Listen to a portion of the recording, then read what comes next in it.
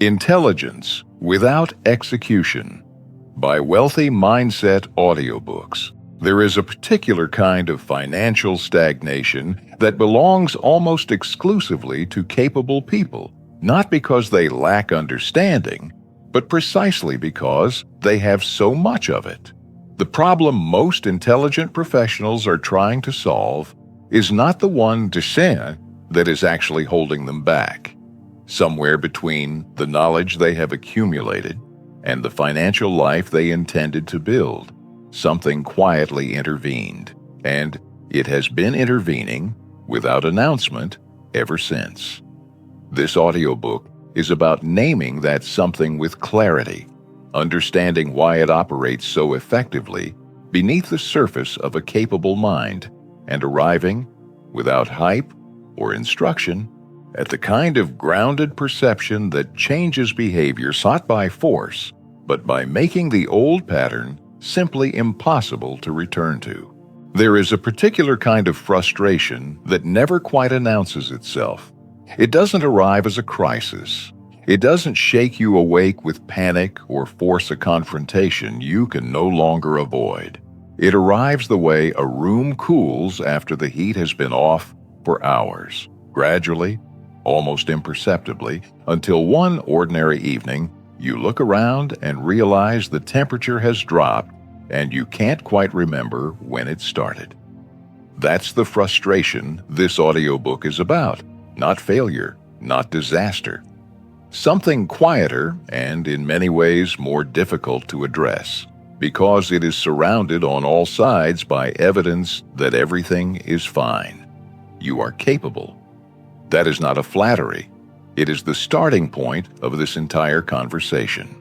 You are professionally respected, intellectually sharp, and in most rooms you enter, you are among the more informed people present.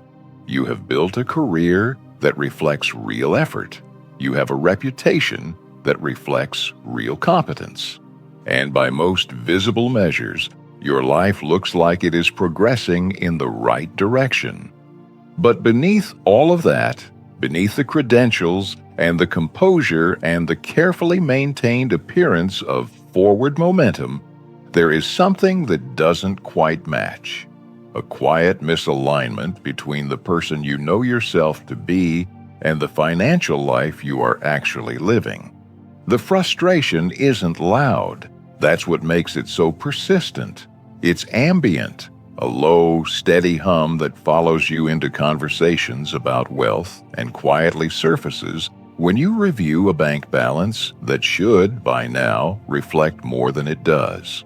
It shows up when someone your age, perhaps less credentialed, perhaps with fewer analytical tools than you possess, mentions casually that their investments have been compounding for 6 years.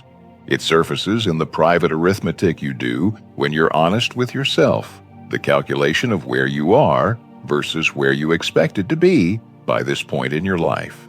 Not a crisis, just a gap. And gaps, when they go unaddressed long enough, begin to carry their own quiet weight. Here is what is particularly worth examining about this frustration. You cannot blame it on ignorance. That exit is closed. You have read the books, the serious ones, the ones with real frameworks and durable ideas. You have followed the right voices, listened to the right conversations, absorbed enough vocabulary to hold your own in any discussion about asset allocation or the long-term behavior of equity markets. You understand compounding, not as a concept someone explained to you once, but as a principle you could explain clearly to someone else. You are, in every meaningful sense of the word, prepared, and yet nothing has significantly moved. The account that was supposed to be growing is approximately where it was a year ago. The financial strategy that was going to begin after the next raise, the next quarter, the next moment of stability remains a strategy rather than a reality. The advisor call keeps getting rescheduled. The investment keeps getting planned. Everything in your financial life exists in a permanent state of almost fully formed in intention, largely absent in execution. And the more you understand about money, curiously, the less you seem to do with that understanding. That is the contradiction at the center of this conversation. It is precise, and it is uncomfortable, and it is worth sitting with for a moment rather than moving past it too quickly. Most people, when they encounter this kind of stagnation, reach for the most available explanation. They haven't found the right strategy yet. The information is incomplete. The timing isn't right. There is one more variable to research before it makes sense to begin. This is a reasonable conclusion. It feels responsible. It feels like exactly the kind of careful thinking that distinguishes an intelligent person from someone who makes impulsive decisions with their money. And so, the response to stagnation becomes more preparation, more reading, more analysis, more refinement of a plan that is always nearly ready and never quite begun. But consider, honestly, where that response has led. Not in theory, in practice, in your own life, over the last 2 or 3 years. Has more preparation produced more execution? Has deeper analysis resulted in a foundation that didn't exist before? Or has the preparation simply become the activity itself, a way of remaining in productive motion while the actual building never quite starts? Warren Buffett once observed that investing is simple, but not easy. The distance between those two words, simple and easy, is where most intelligent people live indefinitely. The unsettling truth, sitting just beneath the surface of all that careful preparation, is that information was never the missing ingredient. It wasn't then, and it isn't now. Something else has been operating quietly beneath your awareness, something that your intelligence has not only failed to solve, but may have been actively reinforcing. And that something is what this audiobook is here to name, clearly, without judgment, and without the kind of dramatic framing that lets you observe it from a comfortable distance. Because the distance, it turns out, is part of the problem. What if the very intelligence you have trusted most has been, this entire time, working quietly against you? When something in our lives isn't working, the mind moves quickly toward explanation. It is one of the things an intelligent mind does best: identify the problem, locate the gap, and construct a logical path toward resolution. And when the thing that isn't working is financial stagnation, the explanation that most capable professionals reach for is almost always the same. The right strategy hasn't been found yet. The right timing hasn't arrived. The right mentor, the right framework, the right level of clarity, these things are close, perhaps, but not quite present enough to justify moving forward with confidence. The solution, in this diagnosis, is always one discovery away. One more book. One more quarter of observation. One more refinement of a plan that is almost, but not quite, ready. This explanation feels responsible. It feels like exactly the kind of measured thinking that separates a thoughtful person from someone who moves carelessly with their money. And that is precisely what makes it so quietly destructive. Not because it is irrational, but because it is rational enough to be believed indefinitely. A belief that feels reasonable will never trigger the internal alarm that prompts re-examination. It will simply be maintained, reinforced with each new piece of information gathered, and carried forward into another year of productive feeling stillness. Here is what this misdiagnosis actually produces in practice. When knowledge is identified as the bottleneck, the natural and entirely logical response is more knowledge, more research, more analysis, more comparison of strategies, more study of market conditions, more refinement of the approach that will eventually, when sufficiently developed, be ready to execute. The activity feels like progress because it has the texture of progress. Effort is being expended, information is being accumulated, the plan is becoming more sophisticated with each iteration. But the financial life itself remains unchanged.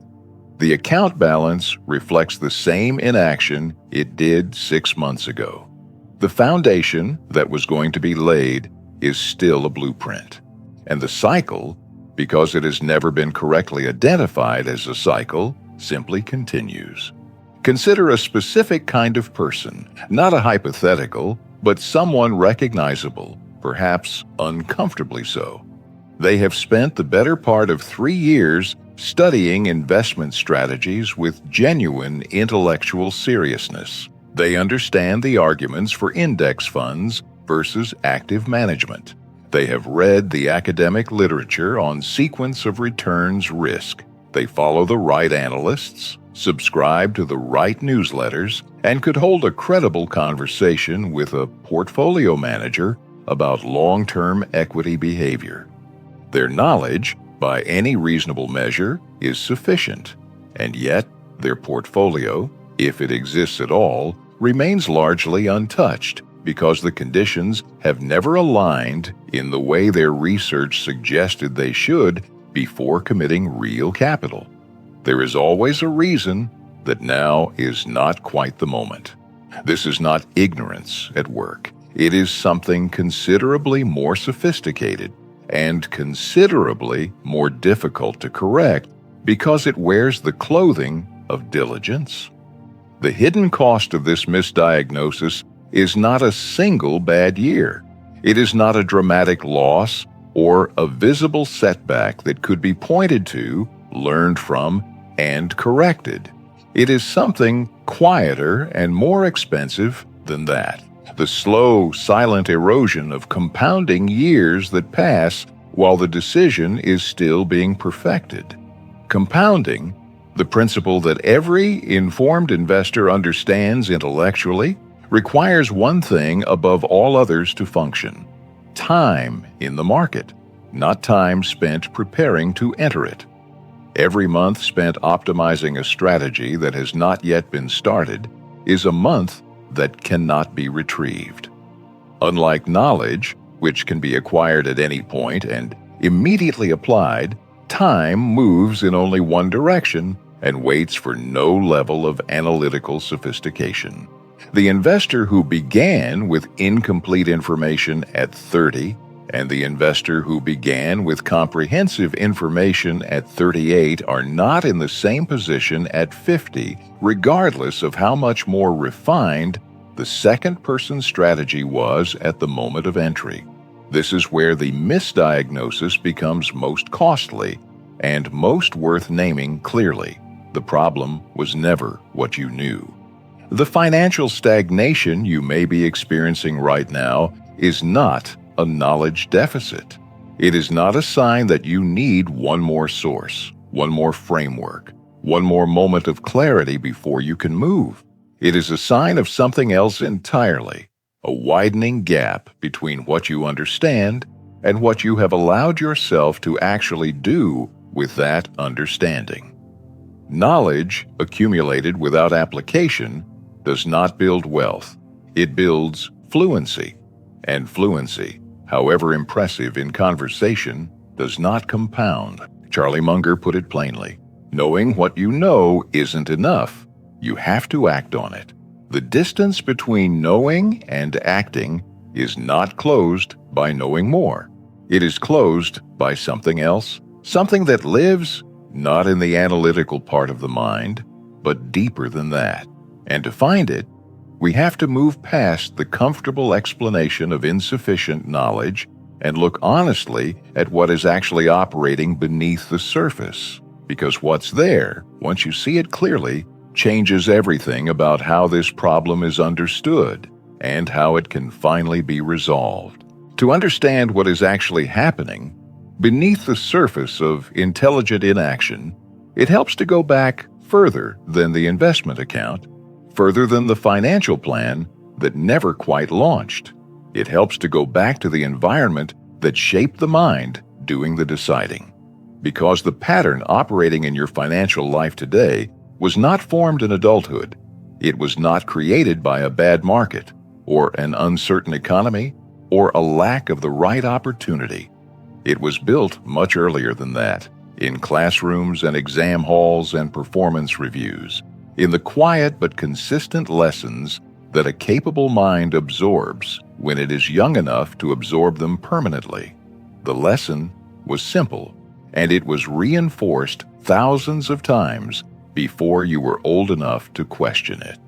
The reward, the grade, the praise, the recognition, the sense of being seen as exceptional arrived when you had the correct answer, not when you tried and fell short, not when you submitted something incomplete but honest, not when you began before you were fully certain of the outcome. The reward came from demonstrated mastery, from showing that you understood the material before you engaged with it publicly, from being right in a way that was visible and verifiable. Over years of consistent reinforcement, that lesson became something deeper than a habit. It became a standard, a way of measuring whether it was safe to act. The problem is that this standard, entirely appropriate in an academic context, migrated into financial life where the conditions it requires do not exist. In school, certainty was achievable.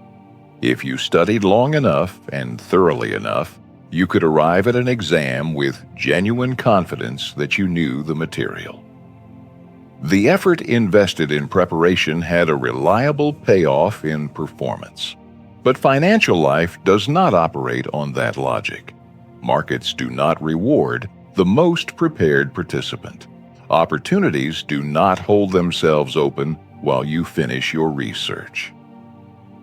The conditions that would make a financial decision feel fully certain never fully assemble, because financial decisions, by their nature, are made under uncertainty. Always. Without exception. And a mind conditioned to wait for certainty before acting will, in this environment, wait indefinitely. This is where the pattern becomes both striking and worth naming precisely. The very sharpness that makes an intelligent mind capable of deep analysis becomes, under this conditioning, the instrument of its own delay. A sharp mind can always find one more variable that hasn't been fully accounted for. It can always construct a reasonable case for why the current moment is slightly less than ideal. It can always identify a risk that the less analytical person wouldn't have noticed, and then treat the identification of that risk as a reason to pause rather than a factor to weigh and proceed through. The more capable the mind, the more sophisticated the reasons it generates for remaining still. And so, the gap between knowledge and action, rather than narrowing as intelligence increases, can actually widen, because intelligence, in the absence of the right framework, is simply a more powerful engine driving the same direction. What makes this pattern particularly difficult to interrupt is the disguise it wears. It does not present itself as avoidance. It does not feel, from the inside, like fear or hesitation, or the quiet resistance of a person who is protecting something. It feels like prudence. It feels like diligence. It presents itself as the responsible behavior of someone who takes their financial future seriously enough to get it right.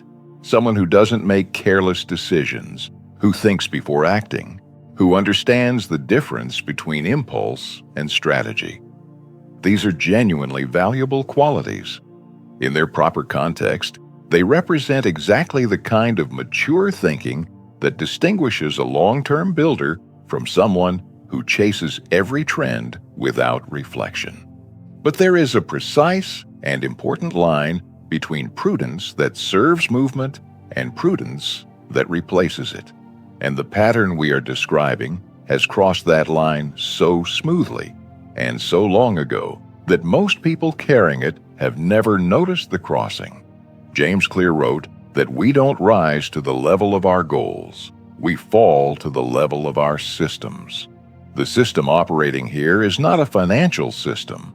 It is a psychological one, quietly running in the background, filtering every financial decision through a standard of certainty it was never designed to meet. Perhaps you are sitting with this now and something is landing differently than it did at the beginning of this conversation. Perhaps there is a list somewhere in a notes application or in the back of your mind of financial intentions that have been waiting for the right conditions to arrive.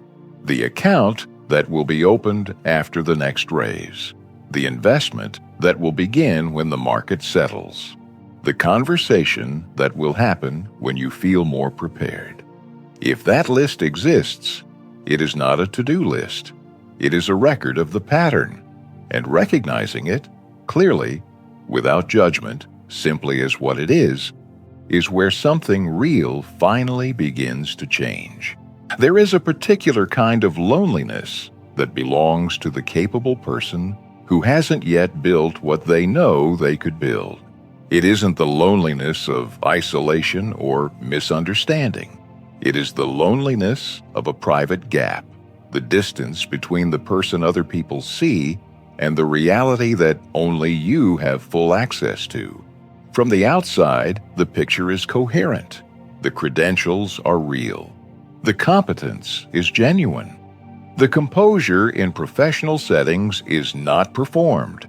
It is earned through years of actual effort and demonstrated ability. To the people around you, the picture makes sense.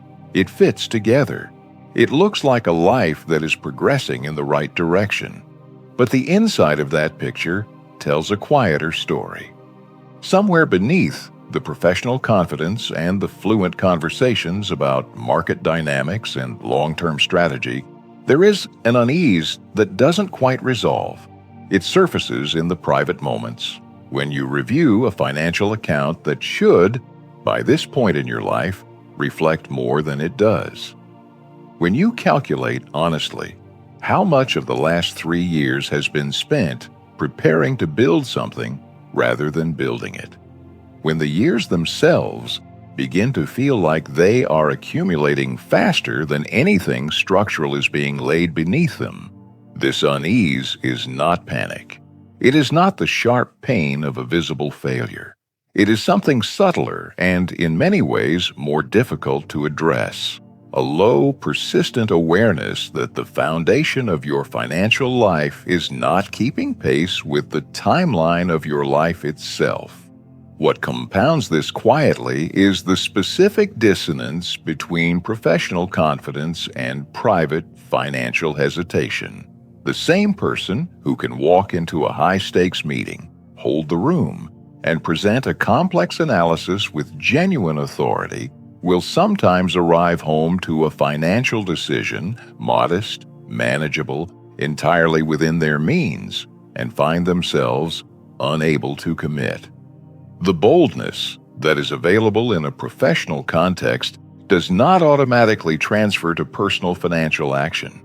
And that gap, unspoken and largely invisible to everyone around you, carries its own particular exhaustion. Not the exhaustion of overwork, but the exhaustion of managing the distance between two versions of yourself, the one that performs competence publicly and the one that quietly defers every significant financial commitment to a later date that never quite becomes now. Stagnation of this kind never announces itself as failure. That is what allows it to persist. Failure has a specific gravity. It demands a response, forces a reckoning, creates the kind of discomfort that eventually produces change. But this isn't failure. It's a permanent state of almost, a career that is genuinely progressing. an understanding that is genuinely deepening, and a financial life that remains year after year perpetually on the verge of beginning in earnest. The almost is the cruelest part. It preserves the sense that movement is imminent, that this year will be different, that the right conditions are finally assembling, while the calendar continues to move with complete indifference to the timing of your readiness. Consider a person, perhaps someone you have met, or perhaps someone you recognize from a closer vantage point. They are 36, professionally accomplished, genuinely knowledgeable about personal finance, and they are watching with a mixture of admiration and something harder to name as a former colleague, someone they were once ahead of, someone with fewer analytical tools and a less rigorous approach, quietly builds equity in a business they started 4 years ago, or a portfolio they began with incomplete information and modest confidence. The capable person's plan, in theory, is better. The research is more thorough. The strategy, when it finally launches, will be more refined. But the former colleague's imperfect beginning has had 4 years of compounding, and 4 years of real growth, however imperfectly begun, is not something a superior strategy launched today can easily overcome. There is a specific quality of regret that belongs to this experience, and it is worth distinguishing from other kinds. The regret of having tried and failed carries a quiet dignity. It is the honest record of someone who submitted themselves to real conditions and was met with real difficulty. Most people respect it, even when they don't say so, because it reflects courage. But the regret of unrealized potential, of having been capable and careful and stationary all at once, carries a different weight entirely. It is harder to metabolize because it cannot be explained away by circumstance or bad luck. It can only be explained by the choices that were made in the space where action could have been. This regret, like interest, compounds quietly and without announcement. Each passing year adds to the total not dramatically but incrementally, in the way that a slow leak, ignored long enough, eventually compromises the entire structure. And at some point, the weight of all the unlived decisions, the accounts not opened, the contributions not made, the beginnings endlessly deferred, begins to feel measurably heavier than the risk of any single imperfect choice ever could have. That is the moment this section is pointing toward. Not with urgency, not with alarm, simply with the calm recognition that something beneath the surface of all the preparation quietly needs to shift. Everything examined so far, the stagnation, the misdiagnosis, the psychological pattern, the quiet emotional cost, has been building toward a single reorientation. Not a strategy, not a set of instructions, a shift in the lens through which the entire problem is seen. Because the problem, as it turns out, was never the one most capable people have been trying to solve. And when you are solving the wrong problem with genuine effort and real intelligence, the effort itself becomes part of what keeps you stuck. Here is the core truth, stated as plainly as it deserves to be stated. In financial life, the quality of the decision matters far less than the decision to decide at all. This sounds simple. It may even sound obvious, but sit with it honestly for a moment and notice how directly it contradicts the operating assumption that has been quietly governing your financial behavior. The assumption, absorbed through years of being rewarded for correctness, is that the quality of the decision is everything. That a better researched choice produces a meaningfully superior outcome. That the gap between a 70% confident decision and a 90% confident decision is worth the months, sometimes years, spent closing it. This assumption is reasonable in many domains. In financial life, applied to the question of when to begin, it is the assumption that has been costing you the most. What most intelligent people are actually optimizing for, when they examine it clearly, is the minimization of the risk of being wrong. Every additional research cycle, every deferred commitment, every condition that must be met before action is taken, these are all, at their root, attempts to reduce the probability of making a decision that turns out to have been incorrect. This is understandable. It is even admirable in its intention, but it misidentifies the primary risk, the risk that compounds most quietly, most expensively, and most irreversibly in financial life is not the risk of an imperfect decision. It is the risk of remaining still while time, the only resource in personal finance that is genuinely finite, continues to move. This reframing changes everything about how readiness is understood.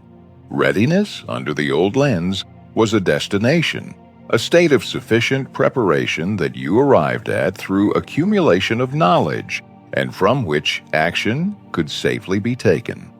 Under the new lens, readiness is something else entirely. It is not a state you reach through preparation.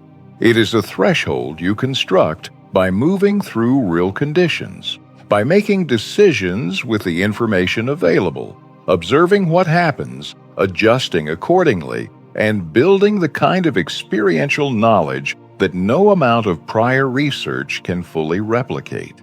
You do not become ready and then begin. You begin imperfectly, and readiness develops in the movement itself. Consider two navigators. The first studies ocean charts with extraordinary thoroughness. They understand currents, weather patterns, and navigational hazards with genuine expertise. They are, by any measure, more prepared than most, and they remain in the harbor, refining their understanding, waiting for the conditions that their research suggests would make the voyage most safe and most efficient. The second navigator sets out with imperfect charts and incomplete information, makes adjustments as the sea presents new data, and corrects course in real time as reality reveals what preparation alone could not have shown. Only one of these navigators reaches anywhere, not because the first lacked knowledge, but because knowledge held in a harbor produces nothing that the open water cannot immediately surpass. This metaphor is not about recklessness. The second navigator is not careless. They are in motion, which is an entirely different thing. And in financial life, being in motion with imperfect information is not a compromise. It is the actual strategy. An investment made at 30 with 70% confidence given time will almost always outperform an investment made at 38 with complete conviction, not because the earlier investor was wiser, but because they gave time something real to work with. Time is not a passive backdrop to financial decisions. It is the most active force in the entire equation, and it can only work with what actually exists, not with what is being planned. Morgan Housel observed that doing well with money has little to do with how smart you are and a lot to do with how you behave. Behavior, not intelligence, is the operative variable, and behavior begins with a decision to move. When this lens settles into place, the nature of the question itself changes. The old question, what is the right move, keeps the mind in evaluation mode indefinitely, always searching for the option that minimizes error.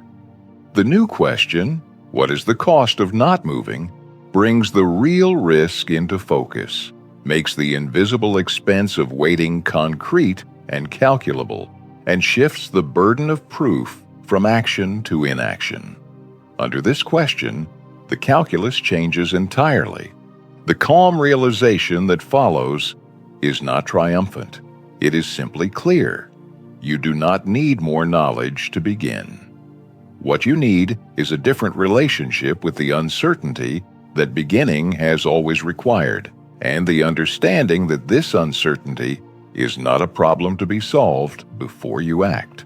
It is simply the condition under which all meaningful financial action has ever taken place.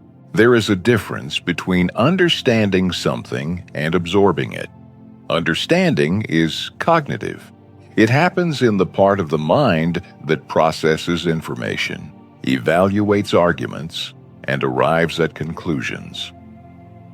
Absorbing is something deeper. It is what happens when an idea moves past the analytical layer and begins to reorganize the assumptions you operate from without thinking about them. Most of what we read and hear about money is understood. Very little of it is absorbed, and the gap between those two experiences is, in large part, the gap between the person who knows what to do and the person who actually does it. What this section is about is that absorption, the quiet internal event that follows genuine insight when the new understanding is not simply filed alongside everything else you know, but actually begins to alter the standard you hold yourself to. It does not arrive with ceremony. It does not feel like a breakthrough in the dramatic sense. It feels more like a subtle settling, as though something that had been slightly misaligned has found its correct position. And the difference is not loud, but it is structural.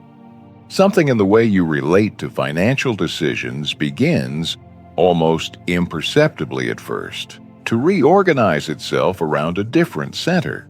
The person who was waiting to be ready does not disappear overnight, but they begin, gradually and without performance, to be replaced by a person who understands readiness differently, not as a destination that preparation delivers you to, but as something that is constructed through engagement with real conditions.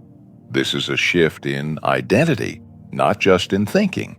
And identity shifts, when they are genuine, change behavior not through willpower, but through a reorganization of what feels natural. The person who has genuinely internalized this truth does not force themselves to act despite the uncertainty.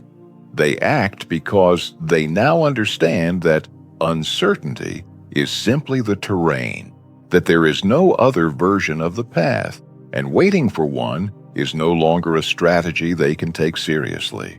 Think of a building whose foundation has been quietly reinforced overnight.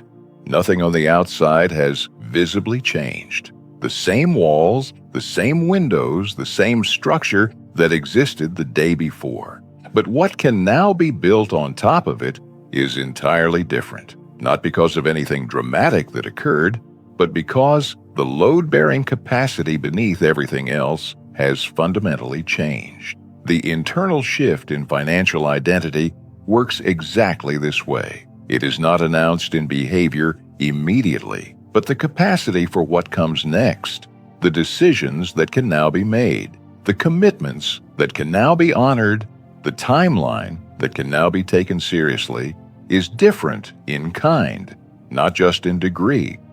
Financially, this begins to express itself not in grand gestures, but in small, grounded acts of commitment that carry a quality they didn't have before. The investment account that finally gets opened, not because conditions are perfect, but because waiting for perfect conditions has been clearly identified as the actual risk. The automatic contribution that finally gets set up, not as a dramatic declaration, but as the quiet decision of a person who has stopped requiring certainty before they extend trust to their own future.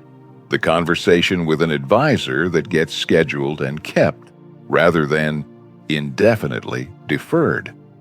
These are not heroic acts, but they are real ones. And reality, however modest in its beginning, is what time can actually work with. What changes most noticeably in this shift is the texture of discipline. Before the insight, discipline in financial matters felt like resistance management, a constant internal negotiation between what you knew you should do and the part of you that kept generating reasons to wait. It required effort because it ran against the current of a deeply ingrained pattern. After the shift, something different begins to happen. The effort doesn't disappear, but its quality changes. It begins to feel less like pushing against something and more like moving with a direction that has finally been clarified. Alignment is the right word for it. Not ease, but the absence of the internal friction that comes from acting against your own operating assumptions. There is no urgency in this shift and no drama. It is not the transformation of a motivational story, sudden, visible, emotionally charged. It is quieter than that and more durable. It is the steadiness of a person who has simply stopped waiting for permission from certainty and begun building in the conditions that actually exist. That distinction between waiting for certainty and building within uncertainty is not semantic. It is the entire difference between the financial life that remains perpetually planned and the one that gradually, incrementally, becomes real. The confidence that emerges from this place is worth naming carefully, because it is not the confidence of someone who knows how things will turn out. It is not the confidence that comes from having eliminated risk or arrived at the perfect strategy. It is something more grounded and more honest than that. The confidence of a person who has decided, clearly and without illusion, that the outcome they are building toward is worth the genuine uncertainty of pursuing it. That decision, made internally and held steadily, is where everything that follows is built from. Insight, without embodiment, is just a more sophisticated version of the same problem. And this is where many self-help frameworks quietly fail the people they intend to serve. They produce understanding without altering the texture of daily life, which means that the clarity gained in one sitting gradually fades back into the old patterns as the week resumes and ordinary decisions return. What matters at this point in the conversation is not whether the insight has been intellectually registered. What matters is whether it begins to change the quality of the small, unremarkable decisions that constitute an actual financial life. Under a genuinely new awareness, the daily texture of financial life begins to shift, not through the imposition of new rules or the adoption of external discipline, but through a change in perception that makes certain decisions feel different from the inside. This is an important distinction. Willpower is a finite resource. It depletes under the sustained pressure of competing demands, emotional fatigue, and the accumulated friction of a busy professional life.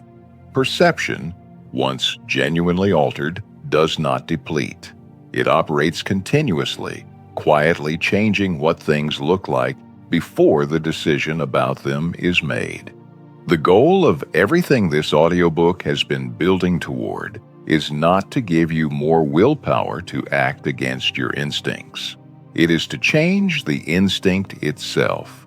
The small decisions that once carried the texture of prematurity begin, under this new awareness, to look like something else entirely. The automatic transfer that felt like a commitment made before you were ready now looks like what it actually is. Concrete being poured while it is still soft, foundation being laid during the years when it can still be shaped. There is a limited window in every financial life during which the foundational decisions carry their maximum leverage, not because the decisions themselves are unavailable later, but because time, the multiplying force that gives those decisions their long-term significance, is most abundant at the beginning. A modest, imperfect beginning made today is structurally more valuable than a refined, confident beginning made in 3 years. Not in the way it feels, which is often the opposite, but in the only way that ultimately matters, mathematically, compounded over time. The old perceptual habit, the one this entire audiobook has been gently dismantling, was to treat financial action as a conclusion, as the final step in a sufficiently completed process of analysis and preparation, as something you arrived at rather than something you began with. Under that framing, acting before analysis was complete felt genuinely irresponsible. It felt like skipping steps. It felt like the behavior of someone who didn't take the decision seriously enough. The new perception inverts this entirely. Financial action is not a conclusion, it is a beginning. Analysis prepares you to refine it, to make better decisions as more information becomes available, to adjust course as real conditions reveal what preparation alone could not. But analysis was never designed to replace it. The decision to begin is not the end of the thinking. It is where the thinking finally becomes useful.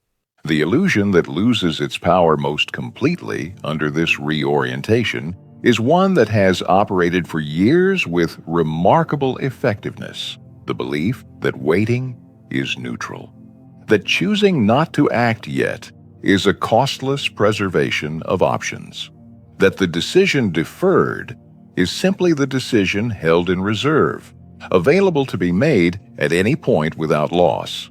This belief is so widely held and so rarely examined that it feels less like an assumption and more like obvious truth. But it is not true. It has never been true. Waiting has always carried a price. The price was simply denominated in time rather than in dollars, which made it invisible to the analytical mind that was tracking the wrong currency.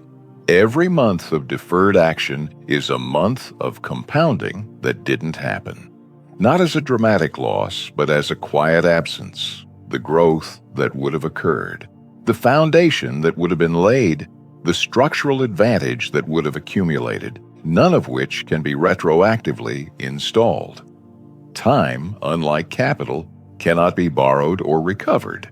It can only be used as it arrives, or allowed to pass unused. And the mind that finally understands this, not as a concept, but as a lived reality, begins to relate to small, consistent financial decisions with an entirely different quality of seriousness.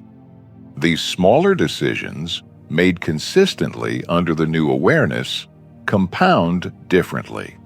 Not because they are individually revolutionary, they rarely are, but because they are real, because reality is the only raw material that time can actually work with.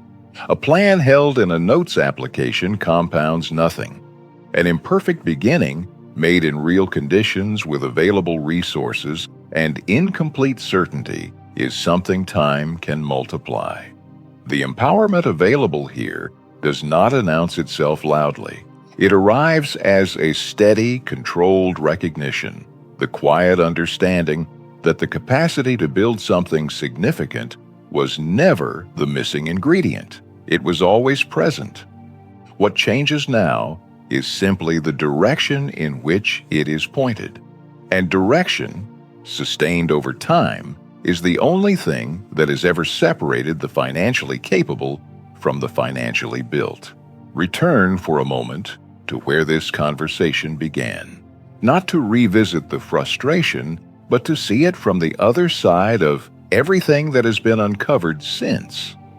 There was a person, capable, informed, professionally respected, living with the quiet dissonance of a financial life that hadn't kept pace with the architecture of their potential. The credentials were real. The knowledge was genuine. The intention to build something lasting was sincere. And yet the financial life itself remained in a permanent state of preparation, always approaching, but never arriving at the moment when the real work would finally begin. That was the starting point. That was the weight this conversation set out to address. That person has not changed. The circumstances are the same. The market conditions, the income, the available options, none of these have been altered by the understanding developed across these sections. What has changed is the lens. And the lens, it turns out, is the only thing that ever needed to change, because perception precedes behavior with far more consistency than motivation does.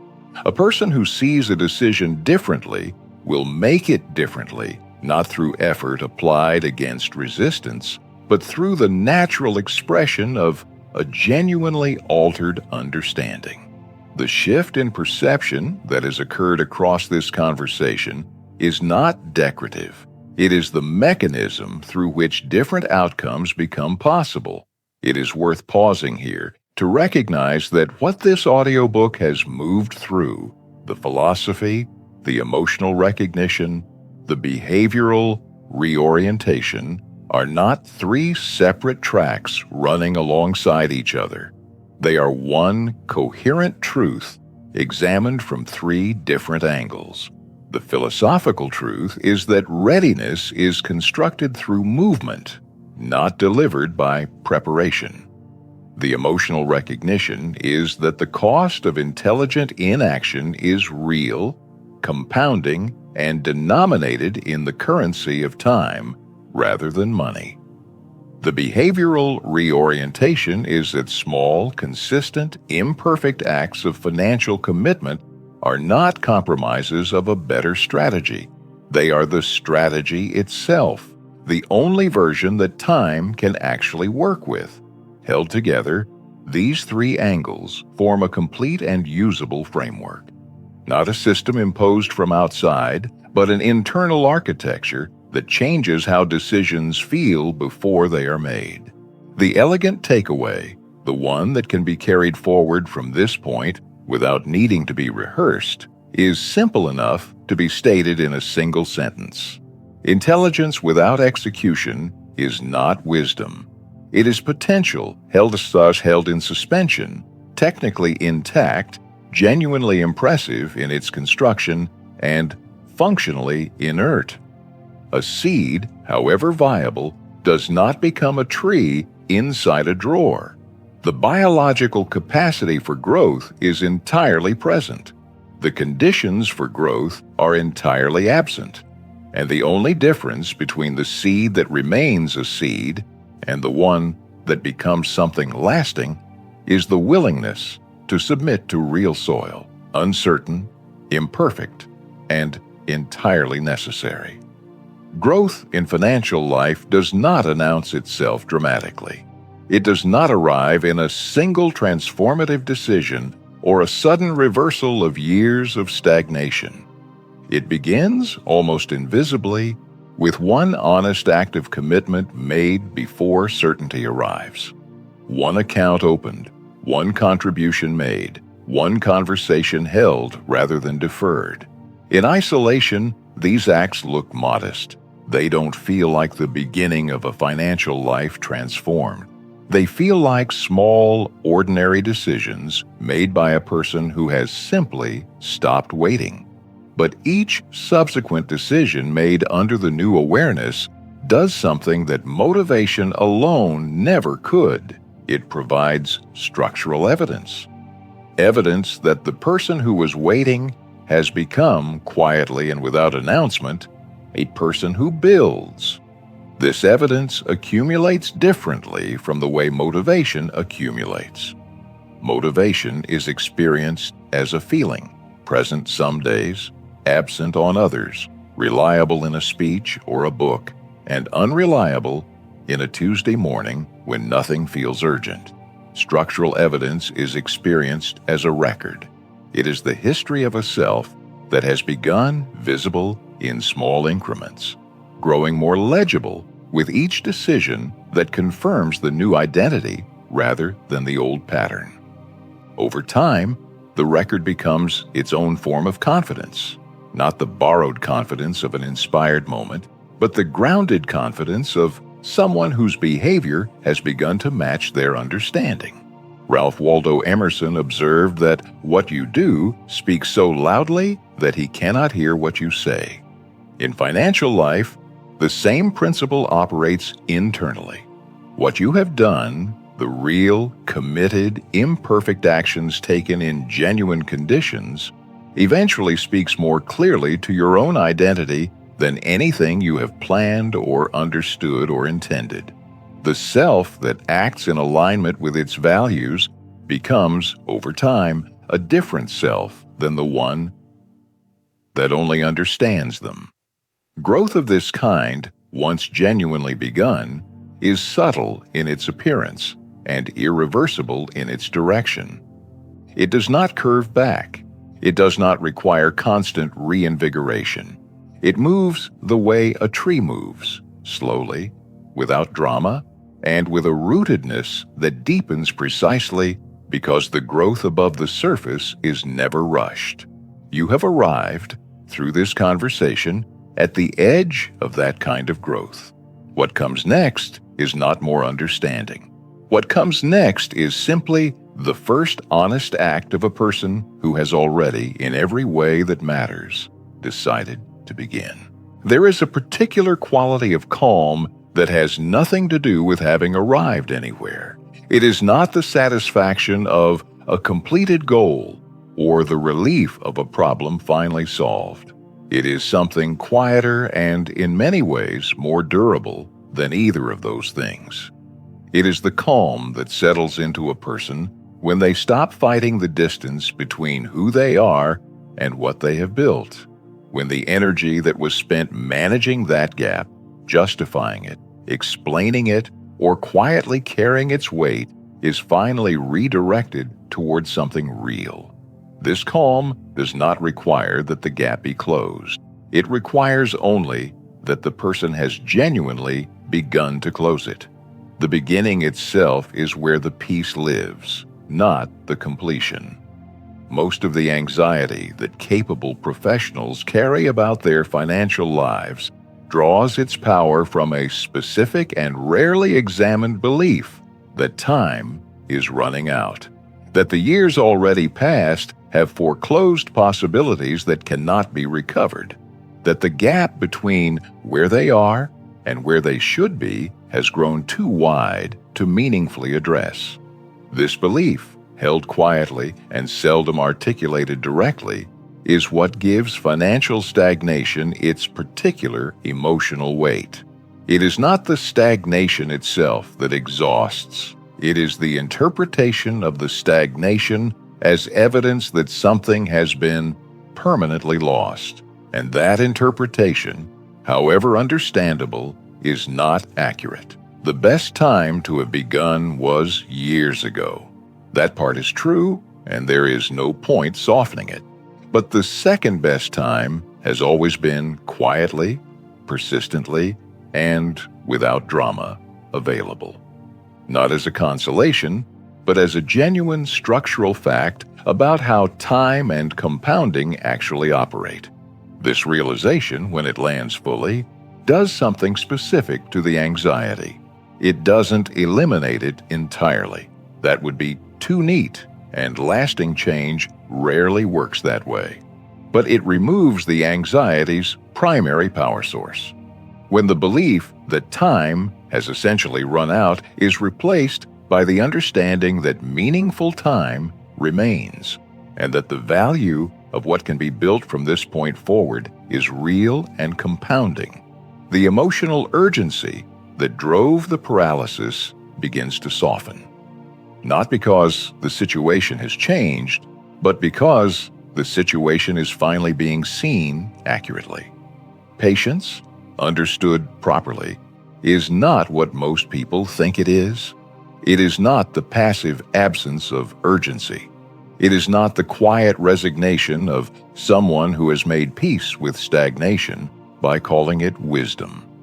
Patience, in its mature form, is a precise and active quality, the ability to distinguish clearly between delay that serves the building process, and delay that quietly consumes it. There is a version of patience that is genuinely productive, the willingness to allow a sound decision time to compound without interference, to resist the impulse to constantly revise a strategy that is working, to hold a long-term position through the ordinary turbulence of short-term conditions. That patience is an asset. And then there is the other kind, the patience that waits for certainty before beginning, that defers commitment indefinitely in the name of prudence, that mistakes prolonged preparation for strategic restraint. That patience is the pattern this entire conversation has been examining. Knowing the difference between them is, in itself, a form of financial maturity. There is a quiet dignity in beginning imperfectly that is worth naming directly, because it is the opposite of what the conditioned mind expects. The mind trained on correctness expects dignity to arrive with the right answer, with a well-timed, thoroughly researched, optimally structured decision that demonstrates genuine mastery. But in financial life, the dignity that lasts is the dignity of submission, of offering your carefully protected potential to the honest, humbling, necessary friction of real conditions, of accepting that the version of yourself that begins today, with incomplete information and genuine uncertainty, is not a lesser version of the one who was going to begin when everything was ready. It is the only version that ever actually builds anything. Maturity in financial life is not measured by the sophistication of your understanding. It never was. It is measured by the willingness to act on a fraction of what you know and allow time and reality to do what analysis, however rigorous, was never designed to do on its own. The person who acts on 60% of what they know and gives time 40 years to work with it will, almost without exception, build more than the person who arrives at 90% understanding and gives time 20. This is not a commentary on the value of knowledge. It is a precise observation about which variable carries the most weight in the actual outcome. The peace available on the other side of this understanding is not the peace of completion. It is something more grounded and more honest than that. It is the peace of motion, the particular steadiness of a person who has stopped waiting for the conditions that were never going to arrive and has begun, quietly and without ceremony, to build in the conditions that actually exist. In motion, the years ahead carry a different quality than the years behind. Not louder, not more dramatic, simply more real, inhabited fully, rather than held in reserve for a readiness that was always, quietly, already here. There is a statement that deserves to be held without flinching, because it contains something that this entire conversation has been building toward with steady and deliberate care. The intelligent person who waits for certainty and the indifferent person who never tries will, given enough time, arrive at the same financial destination. Not approximately the same, not similar in their general direction. The same, because the force that builds lasting financial lives is time in motion, and time makes no distinction between the person who was too careless to begin and the person who was too careful. It honors neither the excuse of indifference nor the excuse of preparation. It simply passes, multiplying what has been committed to it and leaving untouched what has not. This is not a harsh judgment. It is not meant to condemn the years that passed in careful preparation, or to suggest that the intelligence brought to financial questions was wasted. It is something more useful than condemnation. It is an accurate description of how the mechanism actually operates, stated plainly enough that it cannot be reasoned around, and within that accuracy lives an invitation. The capability that has been applied so consistently to understanding financial life can now, with this awareness in place, be redirected, not abandoned, not replaced, redirected from the protection of an identity built on knowing toward the construction of a life built on doing. That redirection is what this entire audiobook has been quietly asking for. It is worth addressing directly a misconception that capable people sometimes carry about the relationship between intelligence and execution. The sense that acting before perfect clarity is somehow a betrayal of rigor, a lowering of standards, a compromise that less analytical people make because they don't know better. This misconception misunderstands what execution actually is. Execution is not the opposite of intelligence. It is not where careful thinking ends and impulsive behavior begins. Execution is intelligence completing itself. It is the final step in a process that analysis initiates but was never designed to finish.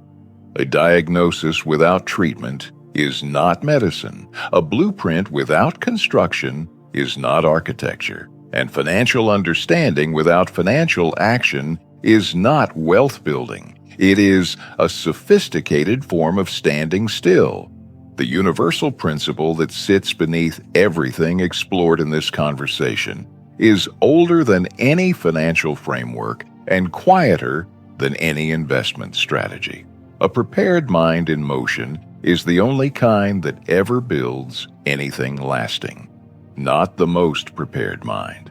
Not the mind that waited until its preparation was complete. The prepared mind that moved, that offered its understanding to real conditions, accepted the uncertainty inherent in those conditions, and allowed the combination of knowledge and time to produce what neither could have produced alone.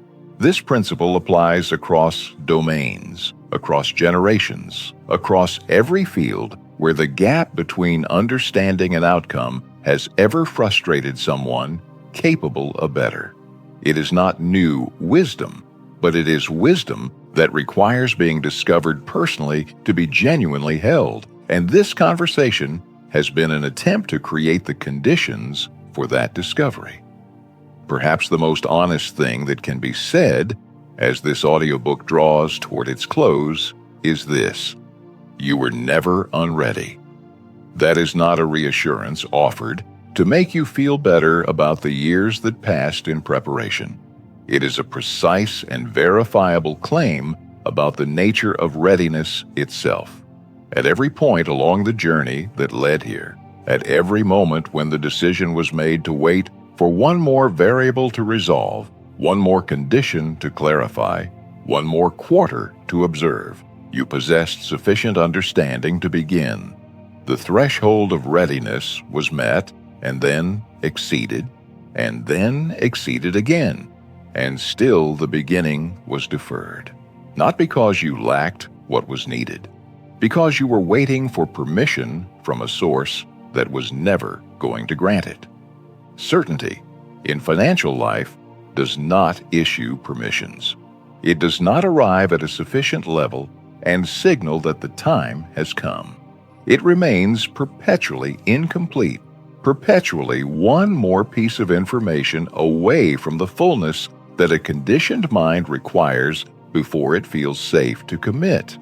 Waiting for certainty to authorize the beginning is, in the most precise sense possible, waiting for something that was never going to come. And understanding this, not as a philosophical observation, but as a lived recognition about your own specific experience, is where the permission you were waiting for finally becomes unnecessary. You don't need certainty to begin. You never did. You only needed to understand clearly and without illusion that certainty was never part of the arrangement. What remains now is simpler than everything that preceded it. A prepared mind, real conditions, the understanding that motion is not a compromise of the strategy. It is the strategy. The only version that time can honor and compound and eventually transform into something that outlasts the uncertainty it began inside of. The financial life you are capable of building does not require a better version of you than the one present right now. It requires only that the version present right now finally decides, quietly and without ceremony, to begin. That decision, made once, held steadily, expressed in small and consistent acts of genuine commitment, is the only thing that was ever missing. And it has always been yours to make. Thank you for staying with this conversation long enough to let it be uncomfortable. That discomfort was not incidental. It was the work itself. The moments where something landed with a particular weight, where a pattern was named that you recognize without quite wanting to, where the distance between what you know and what you have done became briefly impossible to look away from. Those moments were not detours from the insight. They were the insight arriving in the only form that ever produces anything lasting. The one thing worth carrying forward from everything covered here is not a strategy. It is not a framework to be applied or a system to be installed. It is quieter and more durable than either of those things. It is the internal decision, made once, held steadily, to stop treating execution as the reward that arrives at the end of perfect preparation, and to begin treating it as the preparation itself. That single reorientation, lived consistently in the small and ordinary decisions of a financial life, is the entire difference between the life that remains potential and the life that becomes structure.